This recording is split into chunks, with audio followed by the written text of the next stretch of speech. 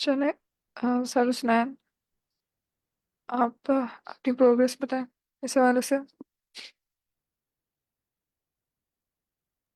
Madam मैं नहीं कर सका। ओके, तो अभी तक मतलब इतने दिनों से हम इसे कर रहे हैं, तो फिर वैसे कितना मतलब हुआ है? क्या इसको करने का कोई फायदा हुआ है हमें? मतलब मेरा मेन मेन क्वेश्चन यही है कि हमने अगर इस पे इतना टाइम लगाया है तो क्या आप लोगों को कुछ सीखने को भी मिला है, और आप लोगों ने अपने एंड पे कितना प्रैक्टिस किया? बिकॉज इजी था, लेकिन बस अपने एंड पे एक्सप्लोर अगर आप करते तो प्रैक्टिस का एक हो जाना था। बाकायदा वैसे हम लोगों ने इसे क्लास में भी किया है, तो क्लास में भी साथ साथ बच्चे अगर लैपटॉप पे करते और अपने मिस्टेक्स बताते तो हम उसको भी इस तरह भी एक्सप्लोर करते रहे। जी मैम आयशा।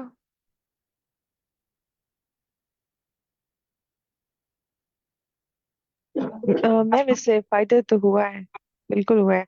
अभी मतलब कि ये आपने जब ये मतलब मुझे भी 2 दिन से मैंने अभी ये अंडरस्टैंड किया है मैम। ये पहले तो बिल्कुल नहीं पता था। तो इससे यही फायदा हुआ है कि ग्राफ किस तरह से बनाने हैं और आप अपने डेटा को किस तरह से इंटरप्रेट कर सकते हैं मैम, वो अंडरस्टैंडिंग तो हुई है। ओके। यस मैम, थोड़ा सा किया है।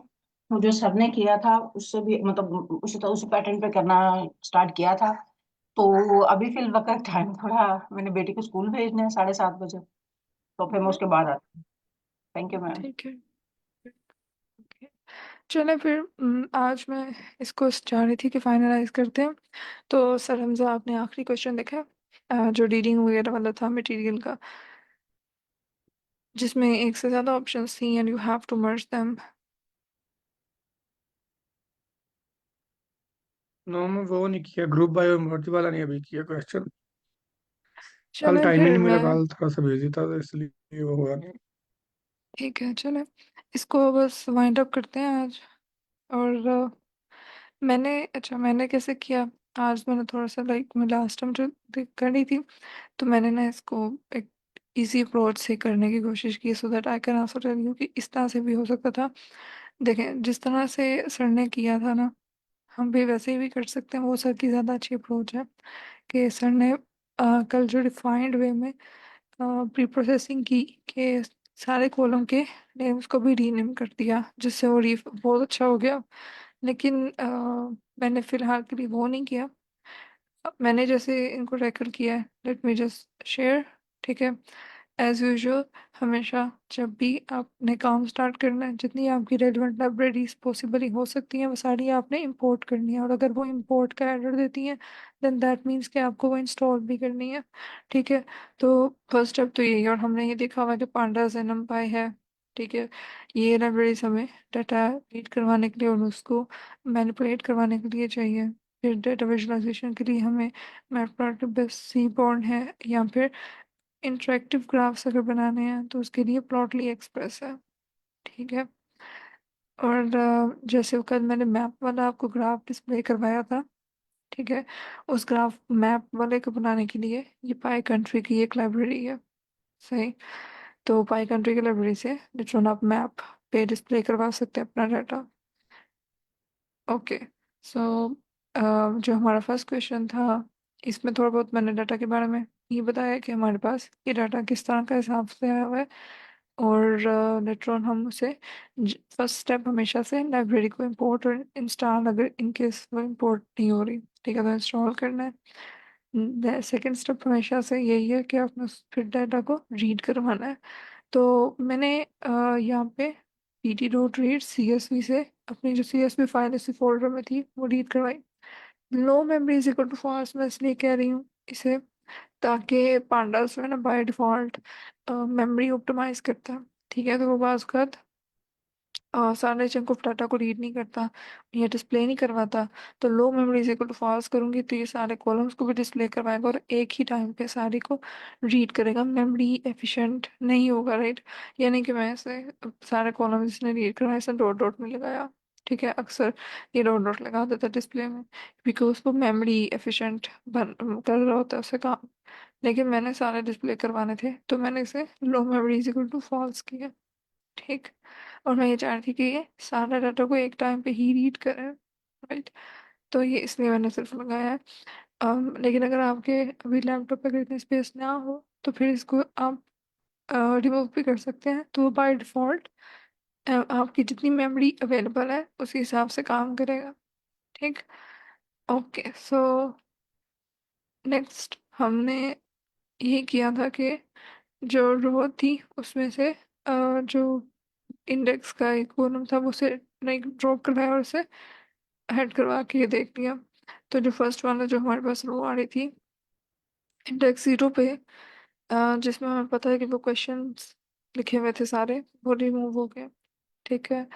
उसके बाद ये मैंने हेड करवा के देख लिया कि कितने वाकई में वो क्वेश्चन वाली जो रो थी वो रिमूव हो गई हुई है। ओके। और यही डायमेंशन चेक करने के लिए जैसे मैं शेप का फंक्शन लगाती हूँ, तो I just edit a bit के वो पूरी एक सेंटेंस की फॉर्म में प्रिंट करवाया कि इतनी रोज और इतने कॉलम्स हैं। ये थोड़ा सा एक एक्सप्लोर कर लिया मैंने डाटा यहाँ तक आते आते। ठीक है। उसके बाद जैसे सर ने भी करवाया था कि जेंडर वाइज या एज वाइज कंट्रीज की बंदा ने बताना है। ठीक है। तो मैंने क्योंकि रीनेम नहीं किया हुआ, तो मैं देखूंगी यहाँ पे कि कंट्री का कौन सा कॉलम बनता है। तो Q4 है कंट्री का कॉलम। ठीक है, क्वेश्चन 4 कंट्री का कॉलम है। तो मैंने सिंपली क्वेश्चन 4 उस डाटा फ्रेम में से सिलेक्ट किया और उसकी वैल्यू काउंट्स, और वो भी टॉप 5 वाली। ठीक है, तो टॉप 5 को मैं डॉट हेड से डिस्प्ले करवा सकती हूँ। तो उसने मुझे बता दिया कि India, United states, other, Brazil और नाइजीरिया, उनके वैल्यू काउंट से रिस्पेक्टिव, यानी कि इतने number of respondents her country में मौजूद है। ठीक है। अब इंटरप्रिटेशन मुझे भी यहाँ पे लिखनी चाहिए थी, I have not done that. तो इसके यहाँ पे सारा वो लिखना है कि फिर कितने नंबर ऑफ रिस्पोंडेंट्स इसमें मौजूद है कंट्री वाइज। ठीक। ओके। अब मैं इसी चीज़ को विजुलाइज करवा सकती हूँ। अब चूंकि ये कैटेगोरिकल डाटा है, sorry, this one is like, मैं ले रही हूँ question 2, right. Question 2 is ages. ठीक है। क्वेश्चन 2 कौन सा है, यानी मैं एज ग्रुप को डिस्प्ले करवा रही हूँ। तो एज ग्रुप में जो है वो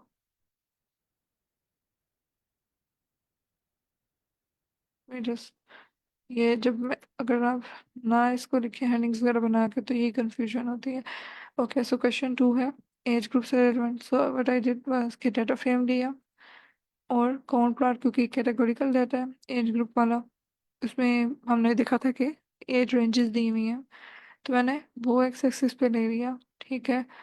और वैल्यू काउंट्स की प्लॉट करवा दी। पैलेट, कलर पैलेट, जैसे हमने कल डिस्कस किया था कि हम कोई भी यूज़ कर सकते हैं एक स्पेसिफिक करके, वही पूरे नोटबुक के लिए यूज़ कर सकते हैं। और इस केस में मैं ह्यू दे रही हूँ Q3। Q3 क्या था, जेंडर है। ठीक है, Q3 जेंडर का कैटेगोरिकल डाटा इसके अंदर है। ओके। अब मैंने क्योंकि जेंडर में काफ़ी ज़्यादा वैल्यूज थी वो आपस में ओवरलैप ना हो, तो मैंने उसे 45 डिग्री की रोटेशन दे दी है। और HA रिप्रेजेंट करता है हॉरिजॉन्टल अलाइनमेंट को, जो मैं राइट साइड पे करूँगी। राइट, यानी राइट साइड से वो अलाइन होगा। तो ये इस तरह से हमारे पास शोड है। अभी एज ग्रुप वाइज वो ये दिखा रहा है कि मतलब जितनी सारी कैटेगरीज थी उसमें नंबर ऑफ रिस्पॉन्डर्स किस हिसाब से है, और उसमें मेल और फीमेल और दूसरे कैटेगरीज किस हिसाब से हैं। ठीक है।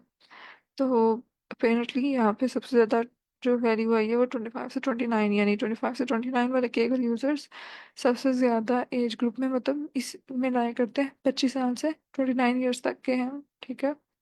और हमारे पास ऐसे कैगल यूजर्स भी हैं जो 70 साल से भी ऊपर हैं। So that's an interesting fact. Okay. So और काफ़ी सिग्निफिकेंट अमाउंट हमारी 18 से 21 में, यानी यंग एज वाले लोग भी हैं, लेकिन 25 से 29 वाले सबसे ज़्यादा टॉप पे हैं। हम और 20 अगर देखें तो 25 से 29 में मेन ज्यादा हैं, लेकिन 18 से 21 में वुमेन ज्यादा है। और प्रेफरेंस लास्ट टू से भी ज्यादा है। तो इस निस्बत से देखें तो हमारे पास 18 से 21 टोटल में ज्यादा आ जाएंगे सबसे। हाँ जी, जी जी, that's the good good insight in fact. ये बिल्कुल ठीक इनसाइट है आपकी। और इनफैक्ट इसको ये इंटरेस्टिंग है, और इसको इसी तरह से इंटरप्रेट करते हुए भी लिखना है कि जो फीमेल्स हैं वो 18 से 21 एज वाली की ज़्यादा है। और इनफैक्ट 22 से 24 वाले की भी ज़्यादा है 25 से 29 वाले की निस्बत।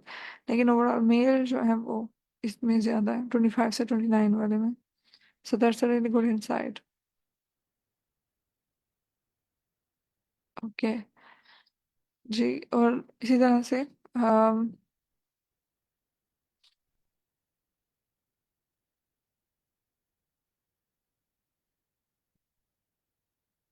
ये सिर्फ मैंने इसको जो है ना इसी ग्राफ को डिफरेंट थोड़ा सा किया था। यानी मैंने उसमें थोड़ा सा इसका साइज चेंज किया और इसके जो एक्सिस की वैल्यूज हैं उसकी फॉन्ट इंक्रीज करके टाइटल वगैरह लगा के सारा थोड़ा सा किया। तो अगेन हमने जैसे कल डिस्कस किया था फिगर साइज हम बढ़ा सकते हैं कम कर सकते हैं, वही सेम चीज़ है क्योंकि मैं वो उसी ग्राफ को जस्ट एक विजुअलाइजेशन उसकी पहले से अच्छी बना रही हूँ कि पहले वो बिल्कुल छोटा सा था और अच्छा विजुअली अपीलिंग नहीं था। और मैंने इसमें ना टाइटल दिया हुआ है ना मैंने एक्सिस के लेबल्स दिए हुए हैं, तो वो इतना अच्छा ग्राफ नहीं है, राइट। तो जब मैं इसे प्रोफेशनली करूँगी लाइक फिर मैं टाइटल भी दूंगी एक्सिस के लेबल्स भी दूंगी और लेजेंड बॉक्स को भी मैं प्रॉपरली सेट करूँगी। तो लेजेंड बॉक्स को यहाँ पे मैंने ये देखें ओके लोकेशन बताई हुई है जैसे अपर राइट, और B box to anchor basically ये क्या है कोऑर्डिनेट्स है जैसे हमने कल भी डिस्कस किया था। तो ये एक्स ये वाली जो वैल्यू है ये एक्स एक्सिस के लॉन्ग है और ये वाली वैल्यू मैं वाई एक्सिस की दे रही हूँ। यानी मैं ये बता रही हूँ कि ये जो लेजेंड बॉक्स आया ना यहाँ पे ग्राफ के अंदर ये इसकी लोकेशन एक तो अपर राइट कॉर्नर पे होनी है, ठीक है, राइट साइड पे टॉप पे। इसके अलावा ये एक्स और वाई एक्सिस में कितना है, यानी एक्स एक्सिस में इसकी वैल्यू यानी 1 1, और एक्स एक्सिस के लॉन्ग 1 और वाई एक्सिस के लॉन्ग भी कोऑर्डिनेट इसका 1 है। ये कोऑर्डिनेट की वैल्यूज मैं बता रही हूँ 1 और 1। अगर मैं इसको इंक्रीज करती हूँ यानी मैं ये पहली वाली जो वैल्यू ये एक्स एक्सिस को शो कर रही है ना, तो मैं अगर इसको इसको इंक्रीज करके 1.5 करती हूँ तो क्या होगा मोस्ट प्रोबेबली।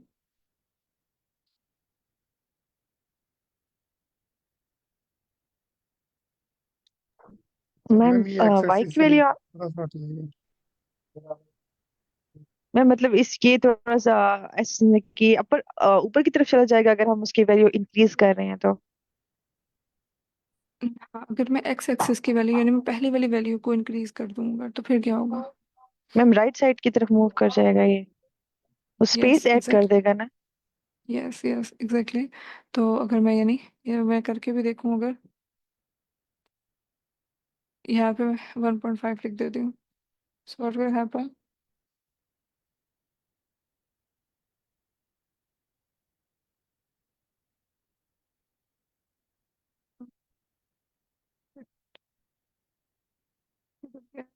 ये ये मैंने 1.5 ऐड किया था, ठीक है। तो वो बिल्कुल ही ग्राफ से आगे चले गया एक्स एक्सिस पे लूंग, ठीक है, गॉट इट। अभी ग्राफ से निकल गया बाहर और yes why ma'am. Axis right side पे। अगर मैं इस सेकंड वैल्यू को भी इंक्रीज कर देती तो यानी ये वाई एक्सिस के लॉन्ग ऊपर टॉप पे और मजीद ऊपर हो जाना था यहाँ से, ठीक है। सो ये है इसका और हम इसी तरह इसको देख के फिर सेट करेंगे और मेरा ख्याल है 1 और 1 ही बेस्ट थी। तो इसलिए मैंने जैसे पहले सेट किया हुआ था वैसे ही मैंने इसे कर दिया। ओके 1 और 1 that was the best. Okay so ये जस्ट एक विजुअलाइजेशन को मैंने इसको चेक किया हुआ था। अब नेक्स्ट इसमें जो हमारे पास क्वेश्चन 3 है वी नो जेंडर।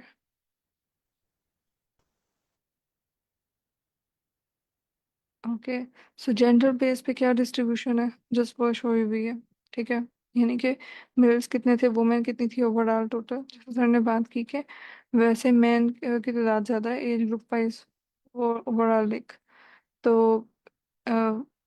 यहाँ पे जो मेल्स हैं वो सबसे ज़्यादा है और मैन वो जो फीमेल्स हैं वो सिग्निफिकेंटली लेस देन हाफ है, right, not even half of what the male respondents count is. तो और काफ़ी सारी सिग्निफिकेंट अमाउंट है जिसने बताया नहीं और नॉन बाइनरी और प्रेफर नॉट टू से इज लाइक नेग्लिजिबल। ओके और यही मैंने एक प्लॉटली से भी ड्रॉ करवाया। सो बेसिकली प्लॉटली एक लाइब्रेरी है जैसे मैं कल भी बता रही थी कि वो इंटरेक्टिव ग्राफ्स बनवाती है, ठीक है। तो इसको लेटर ऑन आप भी एक्सप्लोर कर सकते हैं। जैसे मेरे पास ये वैल्यूज तो गिवन थी यहाँ पे, वैल्यू काउंट्स करके मैं इसमें देख सकती हूँ कि ये मेरे पास मेल और फीमेल्स कितने हैं। तो मैंने वही वैल्यूज़ मेल और फीमेल्स की दी हैं और नेम उनका सेलेक्ट कर दिया कि मेल और फीमेल सिर्फ मैंने लेने हैं डाटा फ्रेम में से, ठीक है। और उनका कलर स्पेसिफाई कर दिया कि मेल और फीमेल को रिप्रेजेंट कैसे करना है। सही विड्थ और हाइट और ये पाई प्लॉट ही मैं बेसिकली ड्रॉ करवा रही हूँ इसमें, ठीक है। और लेआउट क्या होगा, फॉन्ट साइज, और इसमें एनोटेशन। एनोटेशन बेसिकली यही है कि मैं ग्राफ में उसके ऊपर ही ये वैल्यू शो हो रही है परसेंटेजेस में, वो मैंने इसको ग्राफ को एनोटेट करवाया है, ठीक है। कि क्या अलाइनमेंट होगी कोऑर्डिनेट एक्स और वाई एक्सिस के, और उसमें क्या उसका लाइक ये सारे फॉन्ट साइजेस और ये सारे पैरामीटर्स इसको ये शो करवा रहे हैं, ठीक। तो लेट्रॉन प्लॉटली पे उसने ये पाई चार्ट वैसे ही बना दिया जैसे ये आप ये सी बॉन्ड वगैरह भी बनवा सकते हैं। लेकिन वो इंटरेक्टिव का इसमें डिफरेंस यही है कि मैं इधर मतलब क्लिक नहीं, मैं जस्ट अभी होवर किया है माउस, तो वो यहाँ पे साथ साथ आप देखें तो वो पॉपअप हो रही है वैल्यूज, राइट। वो बता रहे कि ये किसको रिप्रेजेंट कर रहा है, ये वुमेन को रिप्रेजेंट कर रहा है और इसकी वैल्यूज कितनी है टोटल, इसकी वैल्यू 5286 है। ये मेल को रिप्रेजेंट कर रहा है और इसमें इतनी वैल्यूज हैं, ठीक है। और परसेंटेज डिस्प्ले एनोटेट हो रही है। So that how it's work. लेकिन हमने जब इसको डाउनलोड करना होगा कहीं पे कॉपी पेस्ट करने के लिए, तो ये एज अ पीएनजी ही डाउनलोड होती है, ठीक है। यूजली, ठीक है। ये पीएनजी तो पीएनजी जब डाउनलोड होगी तो फिर ये इंटरेक्टिव तो नहीं होगी। हाँ बता, इसको अगर हमने कहीं अपने गूगल साइट्स में, गूगल डॉक्स वगैरह में करना हो, ठीक है, एम्बेड, तो उसके लिए इसका कोड रिस्पेक्टिव होता है, वो कॉपी पेस्ट करना पड़ता है, ठीक है। तो फिर वो इंटरेक्टिव बनेगा, वरना वो एक पीएनजी के फॉर्म में इंटरेक्टिव तो नहीं होगा, वो फिर इमेज की फॉर्म में ही होगा, जैसे दूसरे एक आर्म से ग्राफ्स हैं वैसे होगा। Okay, now come towards the main question जो हमारा था। चले, ये तो मैंने कल आपको शो करवाया था, but for now I am not, just थोड़ा सा ओवरव्यू दे देती हूँ कि हम प्री प्रोसेसिंग कर रहे थे जैसे डाटा की ओवरऑल, के पहले वाले में हेडर रिमूव, वैसे इस तरफ इसकी ज़रूरत नहीं है बिकॉज हम पहले ही हेडर रिमूव कर चुके हुए हैं। फिर जो हेडर रिमूव यानी जो क्वेश्चन स्टेटमेंट वाली रो थी वो रिमूव करने के बाद मैंने यहाँ पे स्पेसिफिक कंट्रीज ली है, ठीक है।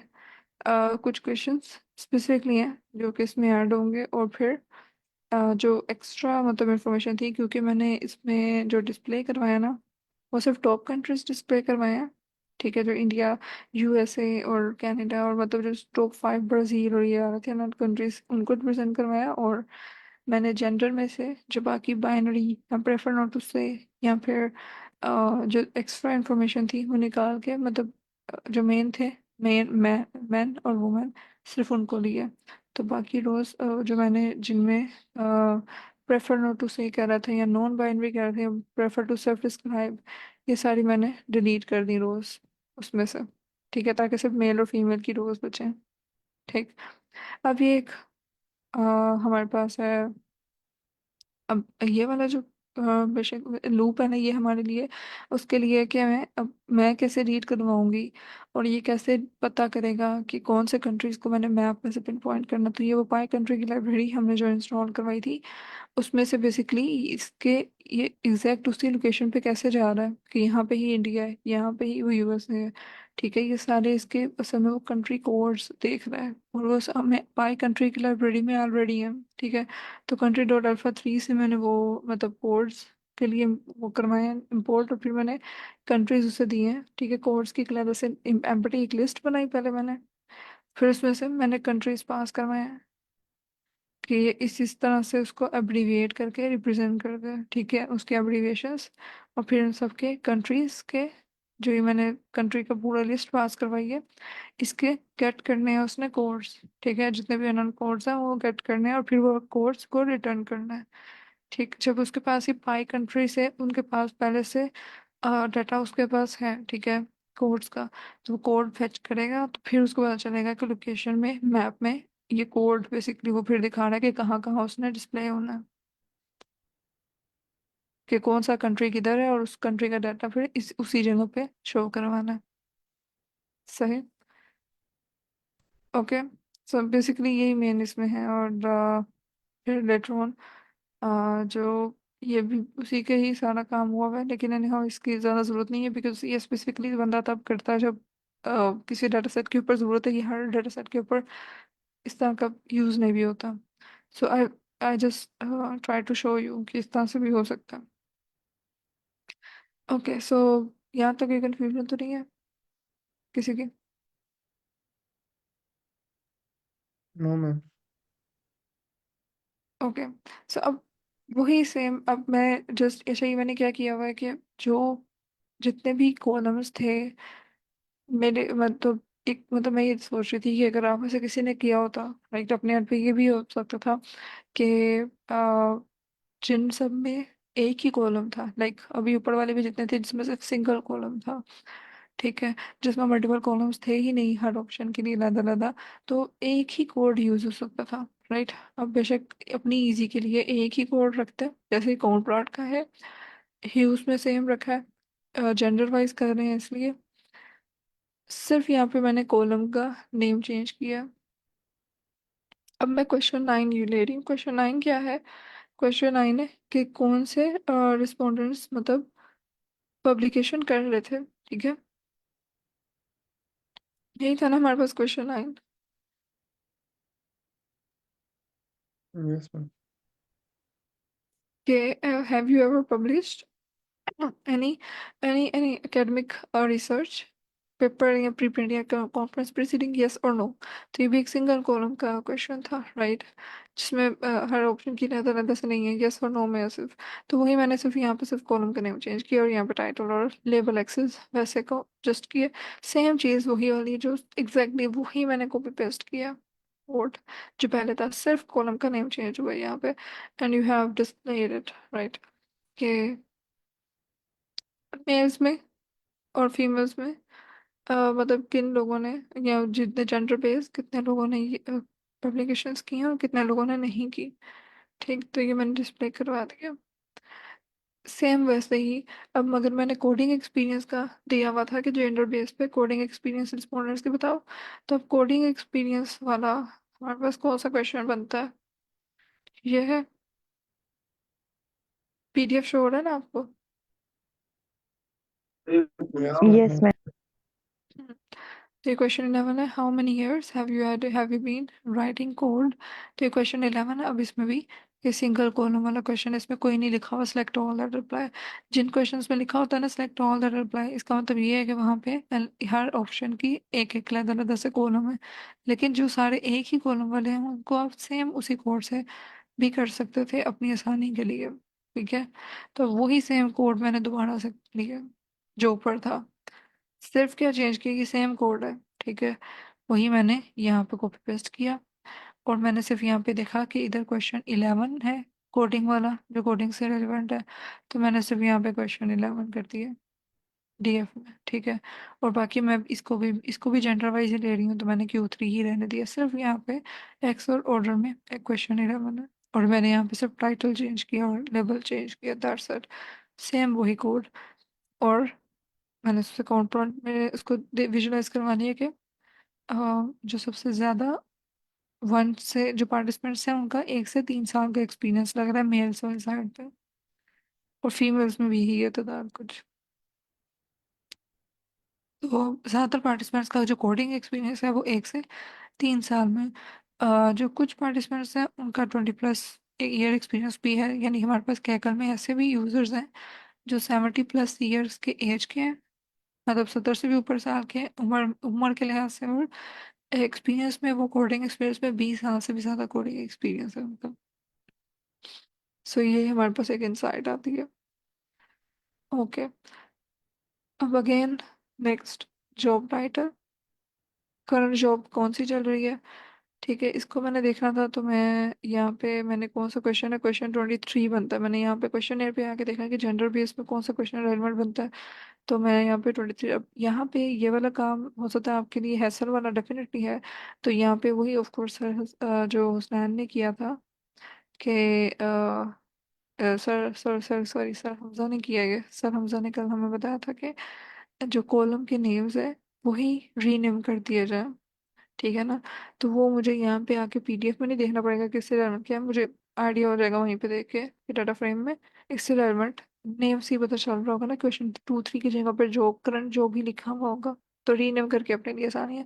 यानी हमें बार बार क्वेश्चन 3 मैंने यहाँ पे देखा कि ये है करंट रोल वाला, तो मैंने इसे क्वेश्चन 23 राइट उसको यहाँ पे सिलेक्ट कर लिया और इसकी वैल्यू कौन को दिखा दिया कि कौन कितनी वैल्यू कौन से इसकी। ठीक। तो हमें ये उसने हाई से लो तक की वैल्यूज दी है, तो यानी जो डाटा साइंटिस्ट है वो सबसे ज़्यादा है पार्टिसिपेंट्स में, जो अभी जितने भी एम्प्लॉयड पार्टिसिपेंट्स हैं उनमें से सबसे ज़्यादा डाटा साइंटिस्ट है, फिर डाटा एनालिस्ट है, और सबसे कम डेवलपर एडवोकेट है, और स्टैटिशियंस और ये मतलब ये लो लेवल की जॉब्स हैं। ठीक। हमारे पास कुछ रिसर्च साइंटिस्ट भी हैं, कुछ मैनेजरियल पोजीशंस वाले भी लोग हैं, राइट, जो एग्जेक्टिव या प्रोग्राम मैनेजर वगैरह हैं। ठीक।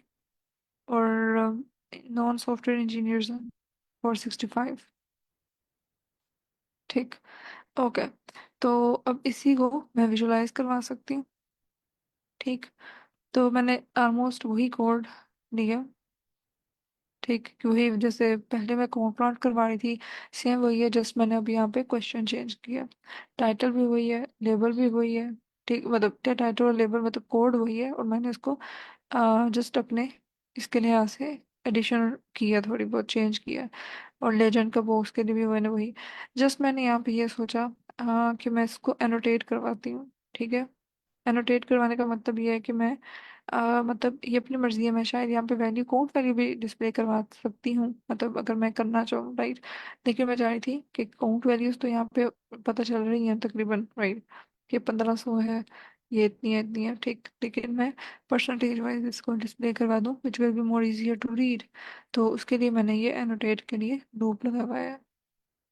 ठीक। कि वो जो है मुझे परसेंटेज के बाद एक डिजिट तक का दे, और ये मैंने साथ ये बता रही हूँ कि एक्स और वाई एक्सिस के कोऑर्डिनेट्स बता के मैं ये बता रही हूँ कि कितनी हाइट होगी उसकी। तो ये स्पेसिफिक हाइट पे उसने सारों को डिस्प्ले करवाया, और अगर अब जैसे मैं अगर यहाँ पे डिस्प्ले करवाई थी ना इस रूप से, तो वो 8 शो नहीं हो रहा था।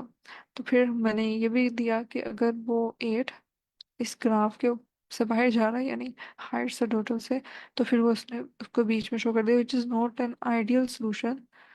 इसको वर्क करना चाहिए, मतलब कि ये सेम जैसे सारा मेरी एनोटेशन हो रही है, या तो मैं सबको बाहर के अंदर ही करवा लूँ, या मैं सबको ही बाहर के बाहर करवाऊँ।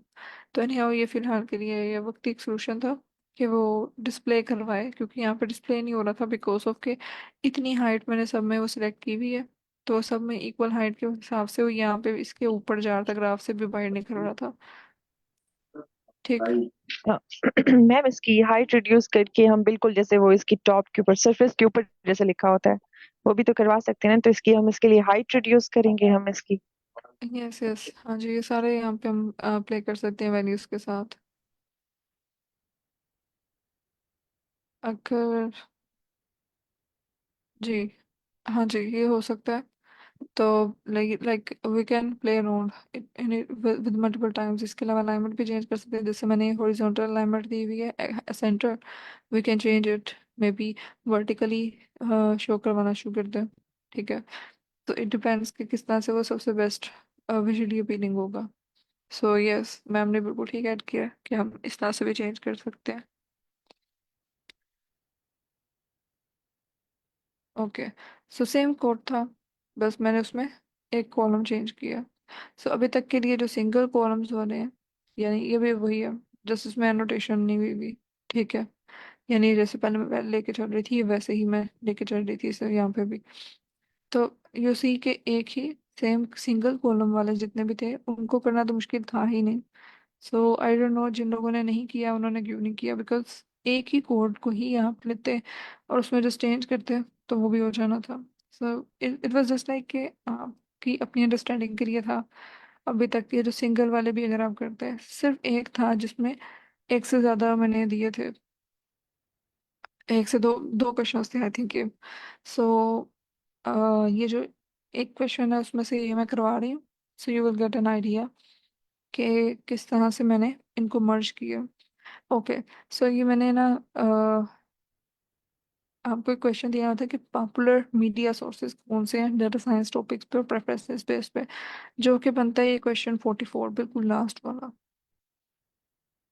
ये वाला था कि what are your favourite media sources that report on data science topics. Okay, जब मैं इनको मर्ज कर रही थी तो एक ये था, क्योंकि ऑप्शंस बहुत ज़्यादा हैं राइट, तो इसके जो कॉम्बिनेशंस थे वो इतने ज़्यादा बन रहे थे कि उनको मैं विजुअली अपीलिंग नहीं थे इतना, राइट। तो मैंने अगर इनको विजुलाइज करवाना था फिर मैंने इसको मज़ीद रिफाइन किया, और मैंने इसमें से देखा कि ट्विटर है, रेडिट है, कैगल है या स्लैक है, ये वाली एक अलग कैटेगरी बन रही है, यानी ये ज़रा सोशल मीडिया साइट्स हैं, ठीक है ना, या पॉडकास्ट है या यूट्यूब है या फिर कोर्स फोरम्स है, ये ज़रा डिफरेंट है। और जो रीडिंग वाला मटेरियल है यानी ईमेल न्यूज़ लेटर्स रीडिंग में आता है, ठीक है। इसी तरह से जो हमारे पास है जो हमारे पास यहाँ पे हैं ब्लॉग्स हैं, ये भी रीडिंग मटेरियल है, जर्नल रीडिंग मटेरियल है। तो आई जस्ट थॉट कि मैं सिर्फ रीडिंग मटेरियल वाले ही, जो मतलब रीडिंग सोर्सेज हैं जहाँ से हम रीड कर सकते हैं, तो वो उनको ही सिर्फ ले लूँ, ठीक है। यानी मैं अपना क्वेश्चन रिफाइन कर लूँ फेवरेट मीडिया सोर्सेज से फेवरेट रीडिंग मीडिया सोर्सेज, ठीक है, यानी जो रीडिंग के लिए यूज़ हो सकते हैं पॉसिबली। तो मैं वो स्पेसिफिकली उनके कॉम्बिनेशंस चेक करूँ कि मेरे डाटा सेट में कितने हैं, ठीक है। कैसे, अब जैसे मैंने यहाँ पे फर्स्ट ऑफ ऑल क्या किया, हेडर और रिमूव, ओके सो ये अगर मैं फर्ज करें यहाँ पे अभी अभी रीड करवा रही थी सीएसवी, तो मैंने बिल्कुल शुरू से प्री प्रोसेसिंग का देखा था और किया था, लेकिन यहाँ पे हेडर रिमूव करने की दोबारा ज़रूरत नहीं है बिकॉज मैंने ऑलरेडी क्वेश्चन वाले जो रो थी सीएसवी फाइल में से, ma'am sorry for interruption. Yes ये कल वाले डाटा है ना? यस यस वही है। Okay, I am back. हाँ ओके ओके दैट्स ग्रेट। जी अभी तक मैंने यही बताया था कि हम सिंगल कॉलम वाले जो है ना क्वेश्चंस थे उनको कैसे मैंने डील किया, कि सेम कोड से भी हम विजुलाइज करवा रहे थे। एनीवे, अब यहाँ पे मेजर काम है कि जो न्यू था आप सबके लिए भी, कि मर्ज कैसे करना है, ठीक है, कॉलम्स को। तो मैं बता रही थी कि हाँ जैसे हमें पता था कि पहली वाली रो के अंदर उन्होंने क्वेश्चन स्टेटमेंट्स दी हुई हैं सारी, ठीक।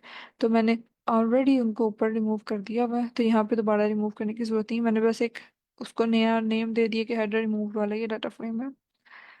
ओके, सो अब मैंने ये बताया था कि मैं इसमें से क्वेश्चन 44 में से मैं स्पेसिफाई कर रही हूँ सिर्फ वो मीडिया सोर्सेज जो कि रीडिंग के लिए यूज़ हो सकते हैं, राइट, जैसे ईमेल न्यूज़लेटर है, ठीक है, ब्लॉग्स हैं या फिर पब्लिकेशंस हैं, राइट, जनरल पब्लिकेशंस हैं, ये रीडिंग के लिए हैं, ठीक है। जैसे अब यूट्यूब तो सिर्फ वॉचिंग के लिए आप दे सकते हो ना, ये पॉडकास्ट है लिसनिंग वाला हो जाता है, स्लैग है या ट्विटर है, ये ज़रा सोशल मीडिया साइट्स हैं।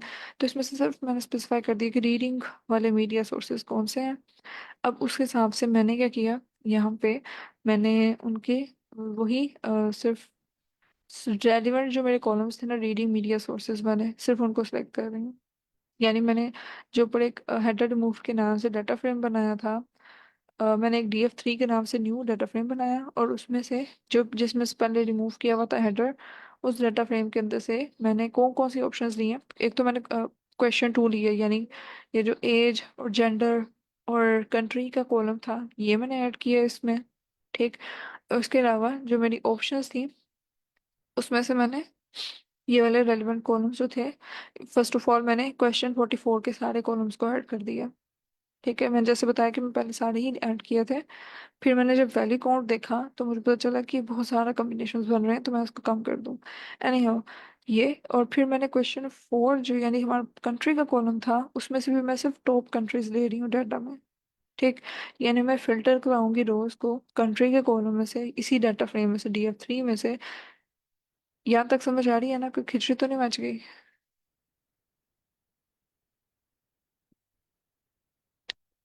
जी। मैम थोड़ा सा कंफ्यूजिंग है ये कि मतलब कॉलम्स को मर्ज कर रहे हैं और ये मैंने तो अभी तो मुझे मर्ज भी नहीं कंफ्यूजिंग किया। लग रहा है। हाँ जी, एक और मिनट। मतलब जो आप बता रही हैं कि इसका पर्पस क्या है कि आपने इन क्वेश्चंस के इन कॉलम्स को उठाया है और अब यहाँ पे इन्होंने मेंशन किया है, और यहाँ पे जैसे आपने ये हेडर रिमूव वाला ऑप्शन किया है, ये इसकी मुझे समझ नहीं आई। ठीक है, 1 सेकेंड। देखिए, पहले हमारे पास जो रियल डाटा फ्रेम है, एक तो वो था ना ये, यहाँ पे करती हूँ। ठीक है, हमारे पास एक रियल जो डाटा फ्रेम है ना, जो मैं अगर अपनी डाटा को रीड कराऊँ तो उसमें क्या सीन चल रहा है। ये एक तो ऊपर कॉलम का नेम्स लिखे हुए हैं, एक ये रो थी जिसमें पूरे पूरी स्टेटमेंट्स लिखी हुई हैं, what is your age, what is your yes country, ma'am. What is this. तो मैंने बिल्कुल स्टार्टिंग पे ही जो डाटा फ्रेम के नाम से डाटा फ्रेम बनाया हुआ था डीएफ के नाम से, उसमें मैंने ये वाला जो रो सेकंड इंडेक्स वाली थी उसको डिलीट किया हुआ है। सही। तो मैंने यस जस्ट मैम। वही data frame as it is लिया और उसको जस्ट एक नेम चेंज कर दिया, बिकॉज मैंने ना इस डाटा फ्रेम को मैनिपुलेट करना है।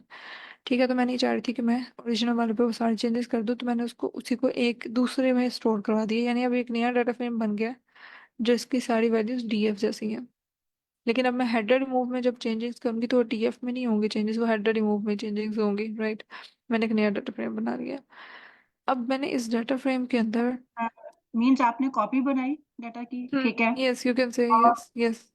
उसका डाटा जो जो ऑलरेडी डाटा फ्रेम में पड़ा हुआ था उस पर तो कोई इफेक्ट नहीं हुआ, बट जब आपने हेडर रिमूव किया तो हेडर वो जो क्वेश्चंस दिए हुए थे वो रिमूव हुए इसमें से।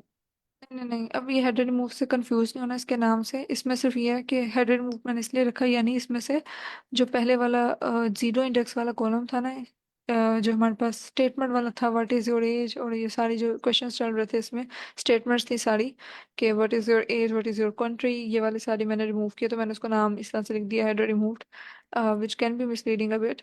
लेकिन चले, फिलहाल के लिए मैंने वैसे ही रखा हुआ था नहीं, इसे। ठीक है। एक मैं लेट सपोज वो जो ऊपर जो Q1 Q2 और Q6 इस तरह से दिए हुए थे, एक तो वो हेडर है, ठीक है, और हेडर वही एक है। नीचे जो क्वेश्चन यस एक यस, और क्वेश्चन नीचे जो जो, स्टेटमेंट्स दी हुई थी, ठीक है, हाँ, एक वो है।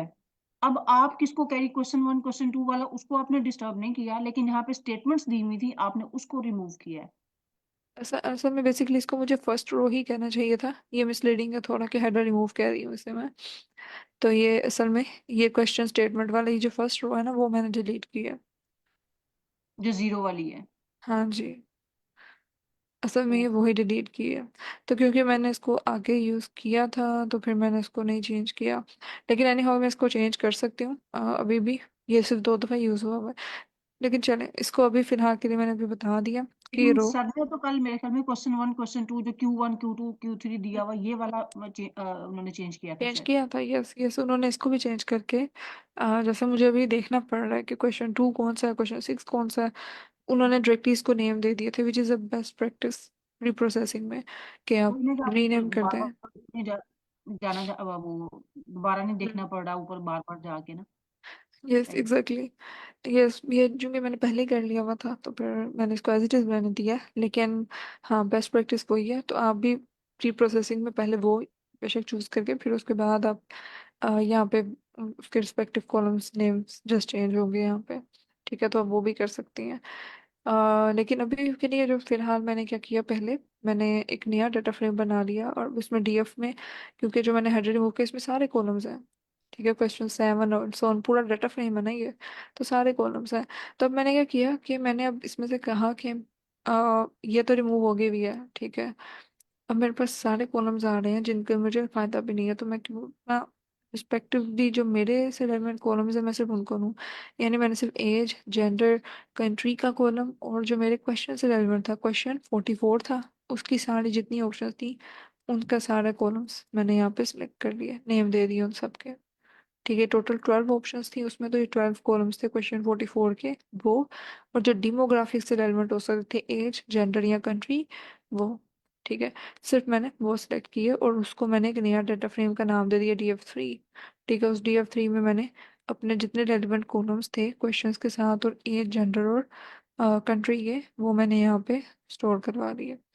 ठीक। अब मैं ये चाह रही थी कि कंट्री में बहुत सारे ऑप्शंस आए नहीं है, ऐसा ही है ना। तो मैं सिर्फ टॉप 5 कंट्रीज, जो मेजर मेजर कंट्रीज हैं ना, सिर्फ उनको रखूं। बाकी सारी ड्रॉप कर दूँ। ठीक। तो मैं कंट्रीज़ को, मैं असल में डाटा को मज़ीद रिफाइन कर रही हूँ ताकि वो विजुअलाइजेशन में सिर्फ उन्हीं स्पेसिफिक कंट्रीज़ का ही उसी स्पेसिफिक जेंडर का दे। मैं अभी चाह रही हूँ कि टॉप 5 कंट्रीज़ हों, और जेंडर भी सिर्फ मैं दो को कैटर करना चाह रही हूँ डाटा में, जो मेल या फीमेल है। तो अब मैंने क्या किया, पहले मैंने अपने रेलिवेंट जितने कॉलम्स थे इनमें से वो सिलेक्ट करवाए और एक्स्ट्रा कॉलम्स को डिलीट करवा दिया। जो मेरे से रेलिवेंट थे जस्ट वो आएंगे क्वेश्चन 44 से ऑनवर्ड, राइट। अब इस वाले में से जब मेरे पास, अब मेरे पास डाटा फ्रेम किस फॉर्म में होगा, ये क्वेश्चन 1 2 इस तरह से लिखा हुआ होगा, और क्वेश्चन मैंने ये 2 लिया है, मैंने 3 लिया है, और मैंने 4 लिया है, और मैंने फिर लेटर ऑन 44 क्वेश्चन 44 का 2 क्वेश्चन 44 का सो ऑन, लाइक उसकी ऑप्शंस ली हुई हैं, राइट। और अब मैं यहाँ पे ये कह रही हूँ कि जो क्वेश्चन 4 यानी कंट्री का कॉलम है जिसमें इतने ज़्यादा ऑप्शंस होंगी, इसमें से भी मैंने सिर्फ वो वाली लेनी है जिनमें, या टॉप वाली है, जो टॉप वाली 5 तो मुझे पता है, मैंने वैल्यू कौन से स्टार्टिंग पे करवा ली थी, तो इंडिया, यूएसए, नाइजीरिया, ब्राज़ील और पाकिस्तान। अदर को भी मैं रिमूव कर दिया उसमें। तो मैंने अदर को इग्नोर करके जो बाकी टॉप 5 कंट्रीज के रियल नेम्स आने थे ना, यानी वो मैंने इसमें से देख लिया। ठीक। तो अब मैंने क्या किया, मैंने ये किया कि मैंने कहा कि जो DF3 के अंदर सिर्फ वही रोज रखो डॉट लॉग के फंक्शन से।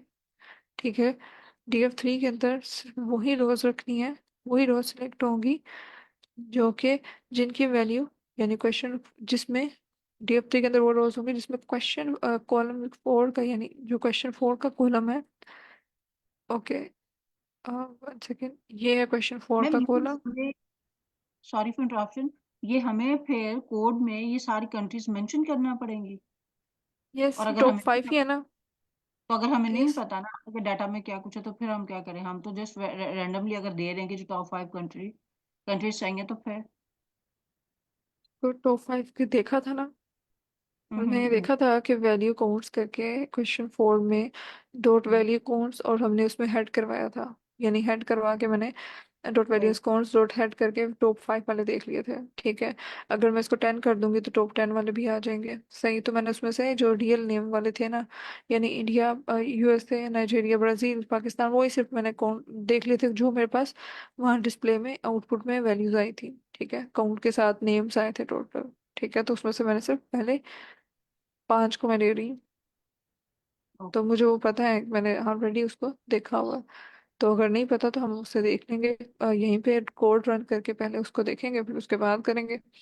सो एनी हाउ, मैंने अब उसमें से सिर्फ वो वाली रो सेलेक्ट करनी है यहाँ से जिनमें डाटा फ्रेम के अंदर, इसलिए अब मेरे पास डाटा फ्रेम 3 के नाम से है, तो डाटा फ्रेम के अंदर सिर्फ वो रो सेलेक्ट करो जिसमें क्वेश्चन 4 के कॉलम के अंदर या तो वो इंडिया है, या फिर क्वेश्चन 4 उसी DF यानी इस डाटा फ्रेम में क्वेश्चन 4 के कॉलम में यूनाइटेड स्टेट्स है, या फिर नाइजीरिया है, या फिर ब्राज़ील है, या फिर पाकिस्तान है। तो अगर तो ये वैल्यू मतलब और स्ट्रिंग फॉर्म में ही ले रहे हैं, बिकॉज डाटा हमें पता है ये स्ट्रिंग फॉर्म का डाटा ना, तो और मैं एग्जैक्ट मैच ले रही हूँ। ठीक है। तो इसलिए मैंने उसे स्ट्रिंग फॉर्म में ही पास करवाना कोटेशंस में। ठीक। तो यानी अब मैंने इसमें से पहले अपने कॉलम्स अपने काम के सिलेक्ट किए थे, फिर अब मैंने उसमें से रोज कंट्री वाइज देखनी कि कंट्री वाइज इसमें कंट्री में सिर्फ मैं यही वाले 5 कंट्रीज लूँ। ठीक। तो सिर्फ वो रोज सेलेक्ट होंगी। अब यहाँ पे मेरे पास सिर्फ वो रोज होंगी, बाकी सारी रोज डिलीट हो जाएंगी, मतलब अपेरेंटली वो इसमें आएंगी नहीं। ठीक है, फिल्टर हो गई है रोज। इसी तरह से मैंने कहा था कि मैंने जेंडर बेस पे भी करना है, तो अब जब मैं कंट्री बेस पे कर लूंगी फिर मैं जेंडर बेस पे भी इसको देख लूंगी। अब मैंने वही चीज़, अब मैंने यहाँ पे इसको क्या किया, मैंने ड्रॉप करवा दिए बाकी सारे, यानी मेरे लिए अभी ये ज़्यादा आसान है। वहाँ पे मैंने लॉक करके सिर्फ फिल्टर कर लिया बिकॉज इतने ज़्यादा कंट्रीज थे, तो मेरे लिए ये ज़्यादा आसान था कि मैं सिर्फ उन 5 को वैल्यूज़ दे दूँ जो कि अवेलेबल है, बजाय इसके कि इतनी ज़्यादा वैल्यूज़ वो दूँ जो मैंने ड्रॉप करवानी है, क्योंकि ड्रॉप करवानी वैल्यूज़ ज़्यादा थी। लेकिन इस केस में, जेंडर के केस में भी मैं लॉक भी कर सकती हूँ, लेकिन ड्रॉप भी मैंने इसलिए करवाया क्योंकि मुझे पता था कि जो ड्रॉप करवाने वाली वैल्यूज़ हैं वो भी सिर्फ 3 ही है। तो मैंने सिर्फ वही किया। मैं इसमें भी लॉक के फंक्शन से फिल्टर भी करवा सकती हूँ, और मेल और फीमेल सेलेक्ट कर लूँगी। या फिर दूसरा तरीका ये भी है कि मैं जो नहीं चाहिए वो रोज़ ही ड्रॉप ड्रॉप करवा दूँ। मैं सकूँ ड्रॉप, अगर क्वेश्चन 3 में प्रेफर नॉट टू से है, यहाँ पे क्वेश्चन 3 में नॉन बाइनरी है, यहाँ पे क्वेश्चन 3 में प्रेफर टू सेल्फ डिस्क्राइब है। ठीक है, तो उससे क्या हुआ है कि वो सारी रोज डिलीट हो गई हैं, जो कि मतलब इसमें एंड पे मतलब जेंडर के कॉलम में सिर्फ वो रोज नहीं की जो कि मेल या फीमेल की हैं। बाकी जो एक्स्ट्रा डाटा था वो मैंने डिलीट करवा दिया, ड्रॉप करवा दिया वो सारी रोज। ठीक, तो अब मेरे पास जो इस तरह यहाँ तक करते करते जो DF3 आया है ना, और मैंने इसको रीसेट इंडेक्स क्यों किया यहाँ पे। मैम मैम आपको उसको असेंडिंग ऑर्डर के लिए। नहीं, यहाँ पे मैंने रीसेट इंडेक्स क्यों किया, मतलब मैंने यहाँ तक करते करते DF3 में अब मेरा फर्स्ट रो जो क्वेश्चन स्टेटमेंट है वो भी रिमूव है, मेरे पास कंट्री में भी सिर्फ टॉप 5 कंट्रीज वाले ही रोज हैं, और मेरे मैम वो पास सारा जेंडर में भी आपने सिर्फ। डाटा जो है ना उसको फिल्टर किया है ना, तो अब जो जो चीजें रिक्वायर्ड हैं अब वो सेटिंग में आ जाएंगी। एनीवन एल्स, रीसेट इंडेक्स मैंने क्यों किया।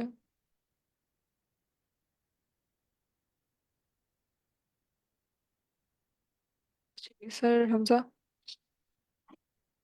मैम अगर हम रीसेट इंडेक्स नहीं करेंगे तो हमारे रीजनल डाटा सेट के वो इंडेक्स ले लेगा, तो वो आगे पीछे होंगे, तो इसलिए ओके, ये हमने। तो महानूर आप बताएं।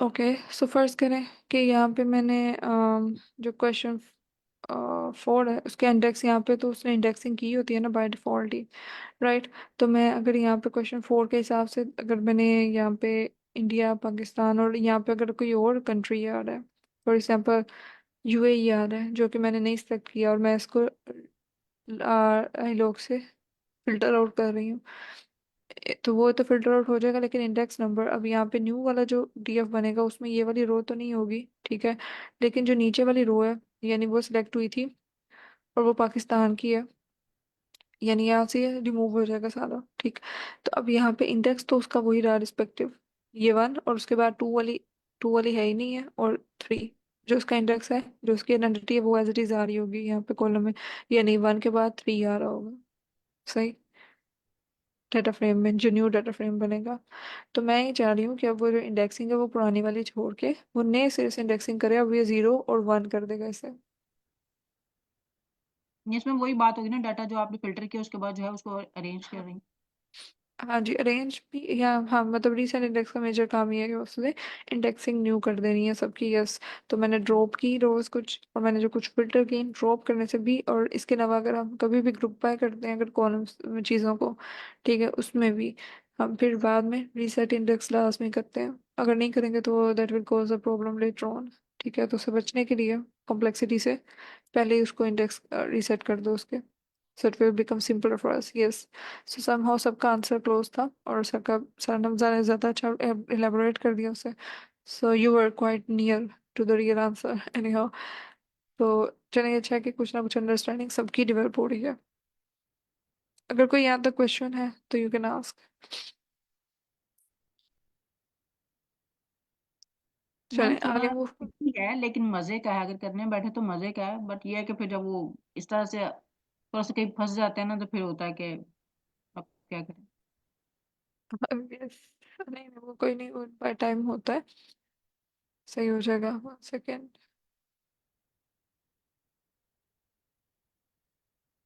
ओके, वो बाय टाइम ही क्योंकि इसमें आपको एक कुछ घंटे भी शुरू में सीटिंग में न्यू न्यू अगर आप कर रहे हैं तो आपको बैठने लगाने पड़ सकते हैं, काफ़ी काफ़ी टाइम लंबा लंबा भी बैठ के, तो तभी इजी हो गए। इवन इफ कि आप ChatGPT की भी हेल्प ले रहे हैं, so you have to actually think, क्योंकि स्ट्रेटजी आपने ही डिज़ाइन करनी है कि आपने इसको कैसे लेके चलना है। तो ये by time he you will polish it. So any how, अब ये देखें, मर्ज मैंने अब यहाँ पे मेन काम आ रहा है, प्री प्रोसेसिंग करवा ली। अभी मैंने प्री प्रोसेसिंग इसलिए करवाई थी ताकि मेरी जो विजुअलाइजेशन है वो थोड़ी सी ज़्यादा डिफाइन हो जाए, इतना ज़्यादा वो, क्योंकि सारे कंट्रीज ले लूँगी या सारे जेंडर्स के जो एक्स्ट्रा मेल और फीमेल के अलावा ले लूँगी, तो वो मेरी विजुअलाइजेशन में भी बड़ा मतलब मैस क्रिएट हो जाएगा, सारी चीज़ें इकट्ठी एक दूसरे में मिक्स हुई होंगी तो उनका फ़ायदा भी नहीं है। अब नेक्स्ट, मर्ज मर्ज DQ के नाम से ही मैंने एक नया, अब मैं क्योंकि मर्ज कर रही हूँ सारे कॉलम्स को, अभी तक कॉलम्स जो क्वेश्चन 44 के अपनी ऑप्शंस के भी थे वो भी अलग अलग ही आ रहे थे, ठीक है। यानी उसका वो ऑप्शन 1, फिर क्वेश्चन 44 की ऑप्शन 2, क्वेश्चन 44 की ऑप्शन 3, अलग अलग कॉलम्स में ये आ रहे थे, ठीक। अब मैं यहाँ पे क्या करने लगी हूँ, मैं ये कह रही हूँ कि जो एक्स्ट्रा वाले कॉलम्स हैं, ऑप्शंस जो मुझसे रेलिवेंट नहीं है वो डिलीट कर दें। अब इसमें कौन सी ऑप्शंस मुझसे रेलिवेंट नहीं थी? मैंने मतलब शुरू में बताया था कि मैंने इसमें देखा कि जौन से भी रीडिंग के अलावा वाले सोर्सेज थे मैंने उनको भी डिलीट कर दिया यहाँ से। मतलब मैं सिर्फ रीडिंग वाले सोर्सेज ले रही थी यहाँ पे, यानी अब यहाँ पे पहला ट्विटर का ऑप्शन है, ठीक है। तो ट्विटर वाली ऑप्शन जो थी ना यहाँ पे, मैं क्वेश्चन 44 का कॉलम 1, ठीक है, ऑप्शन 1 ट्विटर वाली वो भी मैंने ड्रॉप करवा दी है, क्योंकि ये रीडिंग मटेरियल नहीं है। मैं सिर्फ वो कैटर करना चाह रही हूँ जो रीडिंग मटेरियल के तौर पे काम आता है। इस तरह से जो 44 की थर्ड ऑप्शन है रेडिट, वो भी डिलीट करवा दी है, बिकॉज रेडिट भी एक नेटवर्किंग साइट ही है, ठीक है। ये रीडिंग मटेरियल इसमें ज़्यादा नहीं होता। ईमेल न्यूज़ लेटर रीडिंग के लिए यूज़ होती हैं, ठीक है। तो मैंने इसको, यानी जो ईमेल न्यूज़ लेटर थी यानी ऑप्शन 2, और ऑप्शन यहाँ पे बनती है ब्लॉग्स वाली, ठीक है।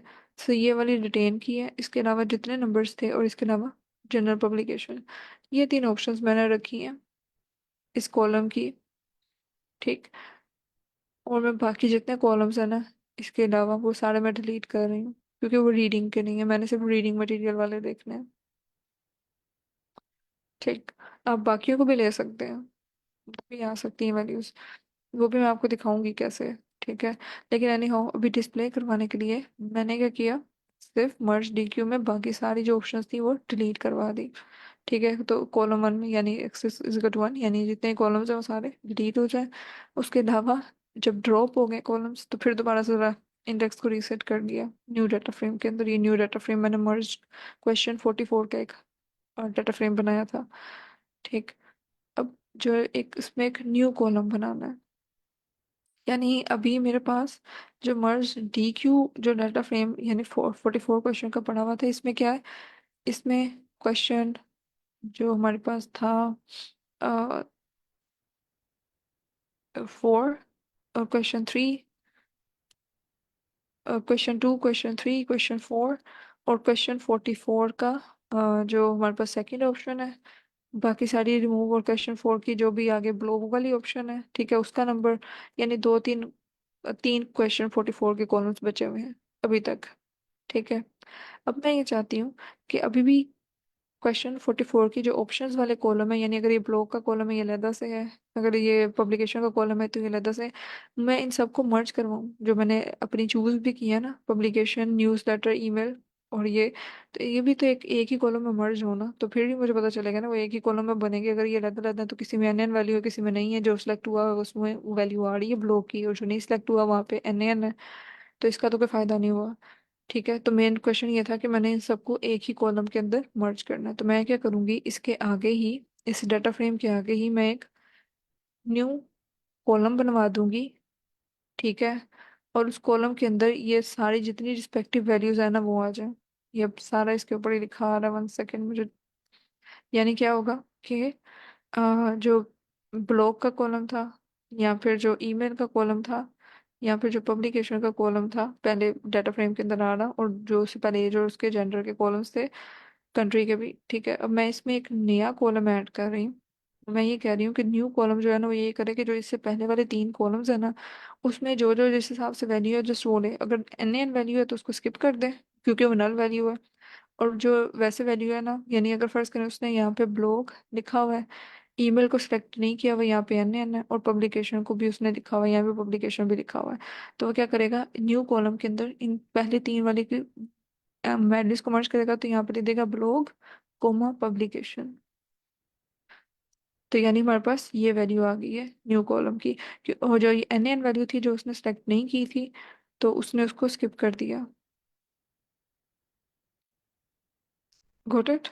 कि क्या मैं करना चाह रही हूँ, यानी अगर मैं यहाँ पे फर्स्ट करें उसने ब्लॉग को स्किप किया हुआ है, उसने ईमेल को सिलेक्ट किया हुआ है, और पब्लिकेशन को सिलेक्ट किया हुआ है, तो जो न्यू कॉलम है ना उसमें इसकी जगह पे एन एन वैल्यू जो थी ना उसको स्किप कर देगा, और इसको मर्ज करते हुए वो यहाँ पे लिख देगा ईमेल कोमा पब्लिकेशन। तो इस तरह से कॉम्बिनेशंस हुए। वो एक पूरी वैल्यू शो करेगा, और ये वैल्यू शो कर बता रही होगी कि इन तीन जो मैंने कॉलम सेलेक्ट किए हैं इनको मर्ज करके उनके इकट्ठी वैल्यूज का एक कॉम्बिनेशन बना के बता रहा होगा। इसके और भी वे हो सकते हैं कि टैकल करने के, लेकिन मैंने इस तरह से इसको मर्ज किया, ठीक है। तब हुआ क्या है यहाँ पे, मैंने क्या किया, एक नया कॉलम बना लिया ब्लॉग मेल पब्लिकेशन के नाम से, ठीक। अब ये जो कॉलम है ये डाटा फ्रेम में जैसे मैंने शो करवाया कि एंड पे ऐड होगा, और वो क्या करेगा कि उससे पहले वाले जो तीन कॉलम्स हैं, 3 से ऑनवर्ड वाले यानी 4 से ऑनवर्ड वाले कॉलम बनते होंगे ये, जो मैंने अलग अलग ऑप्शंस के बताया ना। तो उससे पहले क्योंकि हमारे पास तीन अलग पहले भी कॉलम है, एज के, जेंडर का, एज जेंडर और कंट्री का, क्वेश्चन 4 का, ठीक है। तो इसके अलावा एज जेंडर और 24 का अलावा ये जो क्वेश्चन 44 की ऑप्शन बन रही है ना ब्लॉग की, ये असल में फोर्थ फोर्थ पे आ रही है कॉलम डाटा फ्रेम के अंदर।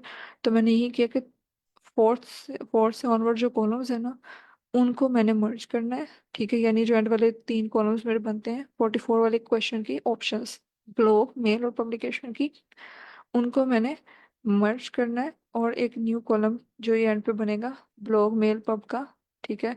ये वाला वो वाला कॉलम मैंने यहाँ पे उसमें ऐड करवा देना, ठीक। अभी मैंने लेमडा फंक्शन यूज होता है, अननोन फंक्शन है, ठीक है। इसमें मैं मतलब ये जब भी ऐड कराऊंगी इसका मतलब ये मैं बीच में जो भी फंक्शन पास करवाऊंगी इसमें मैं ड्रॉप का, ज्वाइन का, एस टाइप के फंक्शंस को मैंने इसमें पास करवाया है। यानी मैं ये कह रही हूँ कि उनकी वैल्यूज को ज्वाइन करना है कोमा से, ठीक है, कोमा सेपरेटेड बाय कोमा, उनको ज्वाइन करवाना है। और अगर ड्रॉप ना, मैं क्यों ड्रॉप एन ए कह रही हूँ, ड्रॉप एन ए का मतलब ये है कि अगर एन ए वैल्यू होगी तो उसको रिमूव मतलब उसको ड्रॉप कर देना, और उसे मैंने एज अ स्ट्रिंग ऐड करवाना है। एक्सक्यूज मी यानी मैम, यस, 8 o'clock।